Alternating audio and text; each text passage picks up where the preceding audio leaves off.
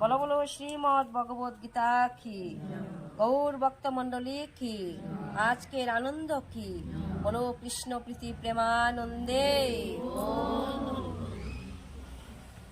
এই আসরে আছেন যত শ্রোতা এবং বক্তা, সকলের রাঙ্গাশ্রী চরণ আমি করিলাম বন্দন।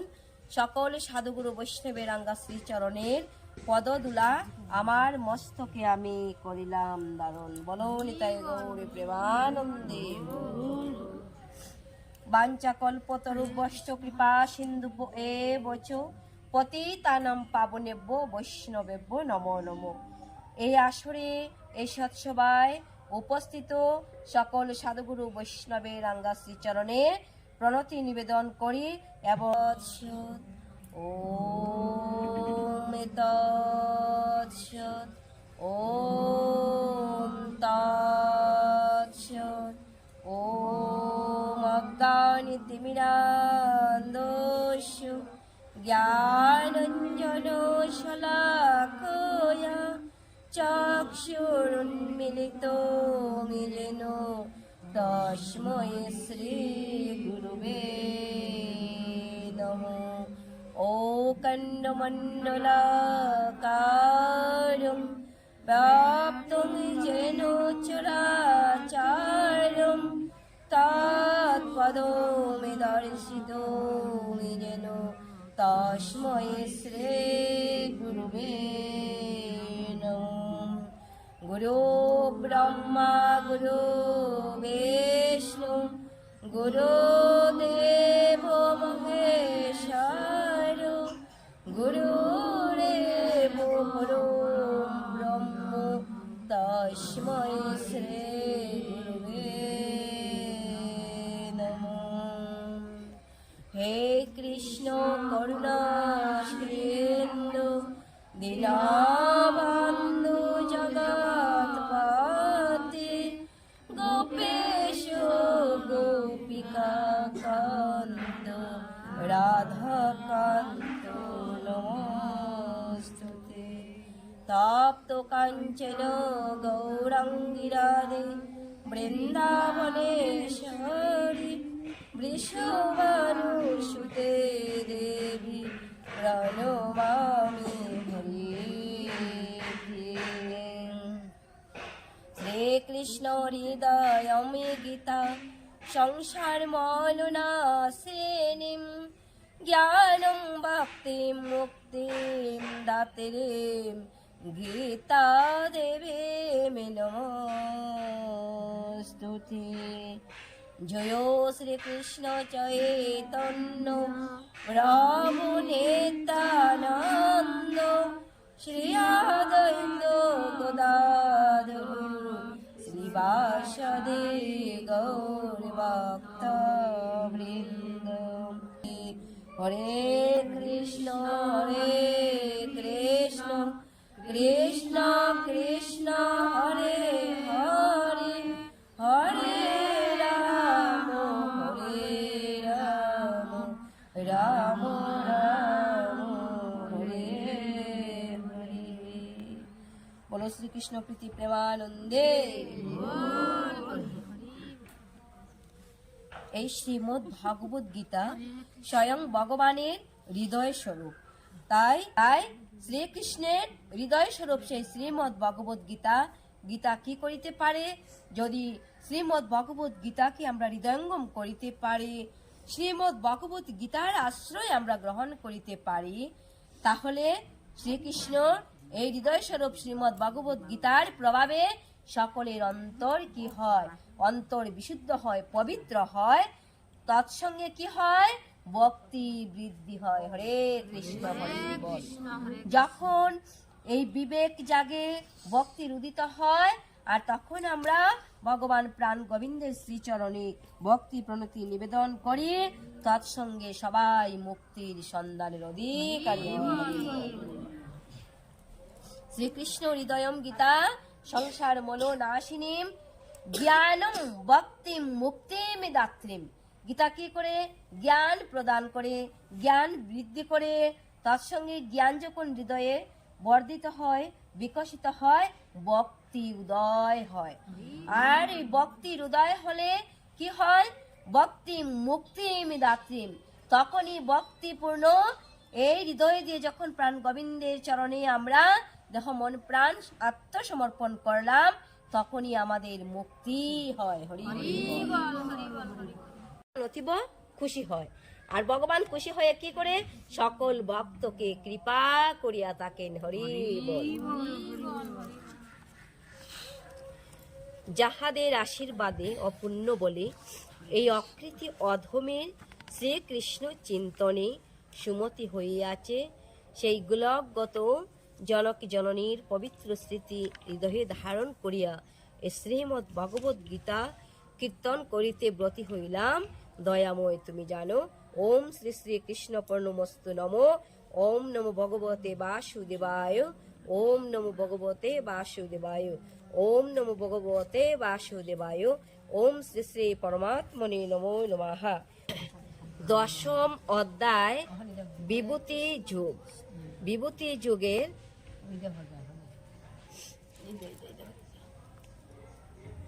বিভূতি যুগের 33 নম্বর ও 34 নম্বর শ্লোক। হে জনার্দন, তোমার যোগ বা বিভূতি বিস্তার শুনিতে মন হয়েছে যে অতি। পুনঃ পুনঃ বল যদি তবু তৃপ্ত নয়, অমৃত তোমার কথা মৃতত্ব না কয়। হরে কৃষ্ণ হরে বল। তো ভগবানের অমৃত কথা কখনো মৃতত্ব নয়, কখনো কয় হয় না।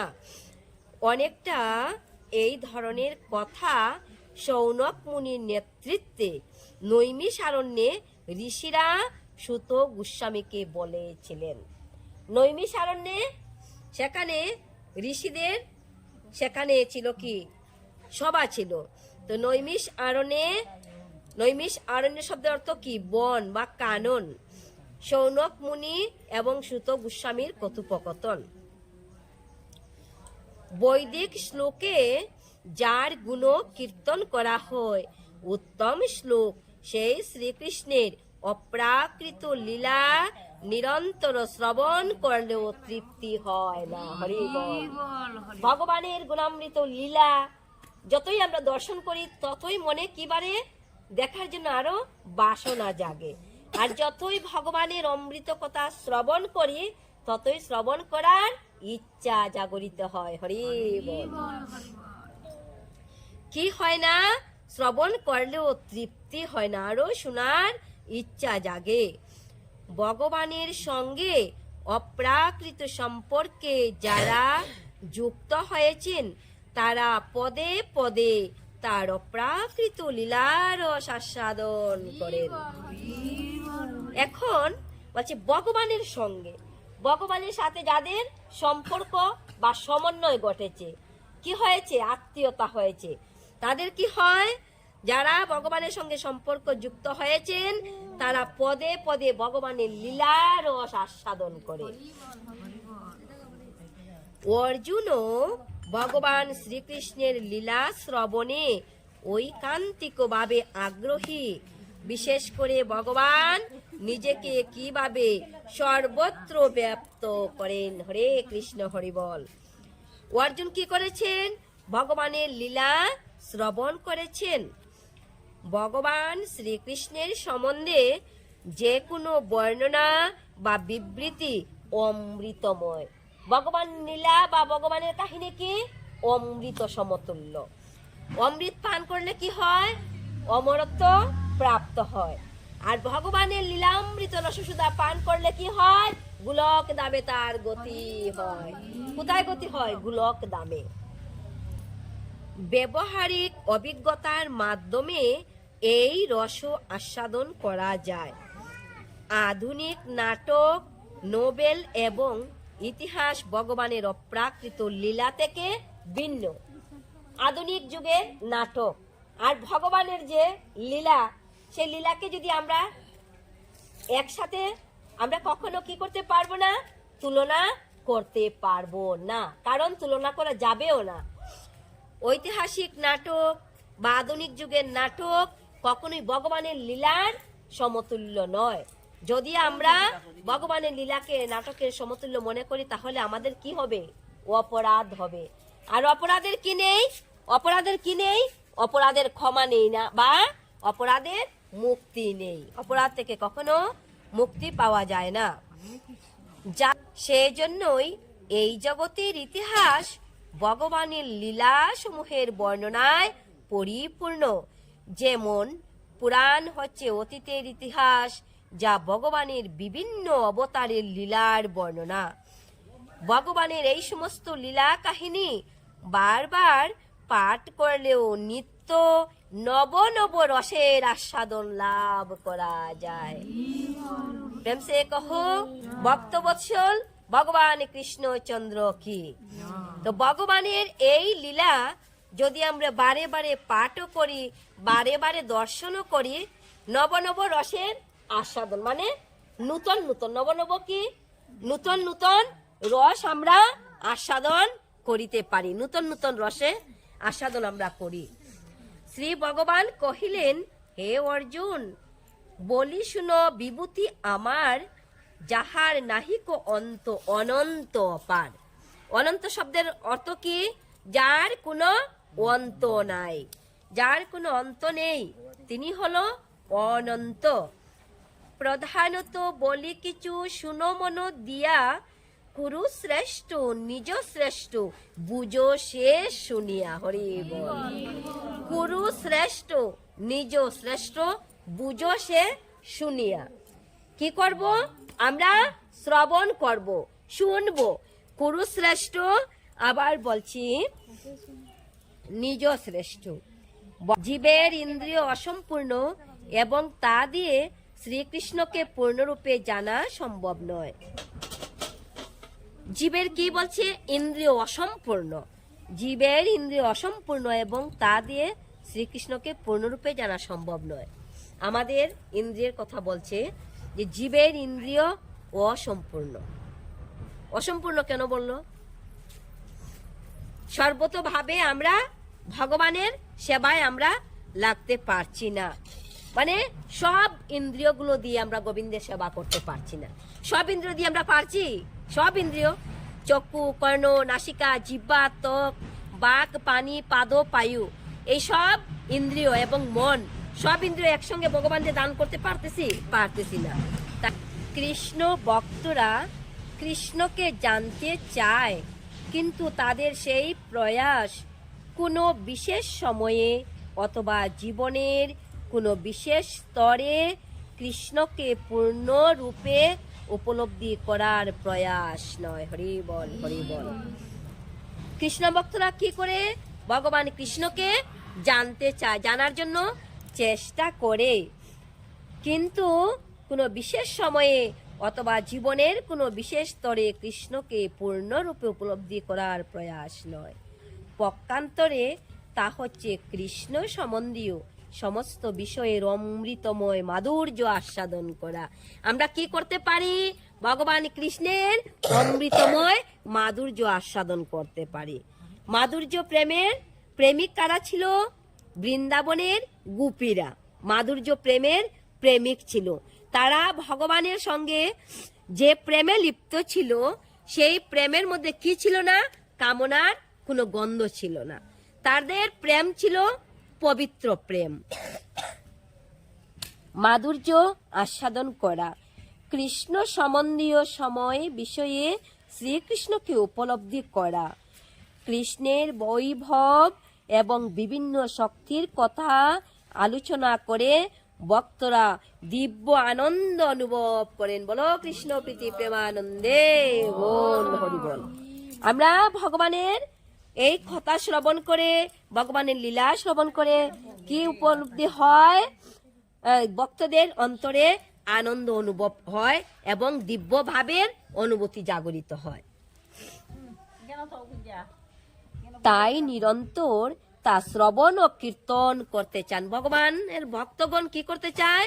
নিরন্তর ভগবানের সেবা ও কীর্তন করিতে চায়। হরি বল। কৃষ্ণ জানেন যে জীব তার বৈভবের কুল কিনারা পায় না। কৃষ্ণ কি জানে? কৃষ্ণ কি জানে? জীব ভগবানের যে বৈভব, ভগবানের যে বিভূতি, ভগবানের যে রূপ, ভগবানের যে লীলা, সে লীলার কি পায় না? কি পায় না? লীলার কোনো কুল কিনারা পায় না। আমরা কি কেউ কুল কিনারা পাই ভগবানের লীলার? হরে কৃষ্ণ। কুল কিনারা আমরা কেউই পাই না। তাই ভগবানের ভক্তরা ভগবানের কথা হৃদয়ঙ্গম করিতে চায়, শ্রবণ করিতে চায়, কিন্তু ভগবান জানে যে তারা কোনো কুল কিনারা পাওয়া সম্ভব নয়। তাই যেহেতু কুল কিনারা পায় না, তাই তিনি তার বিভিন্ন শক্তির মুখ্য প্রকাশগুলিরই কেবল প্রকাশ করেছেন। প্রধানত কথাটি অত্যন্ত গুরুত্বপূর্ণ, কেননা ভগবানের শক্তির কয়েকটি মুখ্য প্রকাশই কেবল অনুভব করতে পারা যায়। ভগবানের শক্তি অনন্ত। ভগবানের শক্তি কি? অনন্ত শক্তি। ভগবান অনন্ত মহিমা।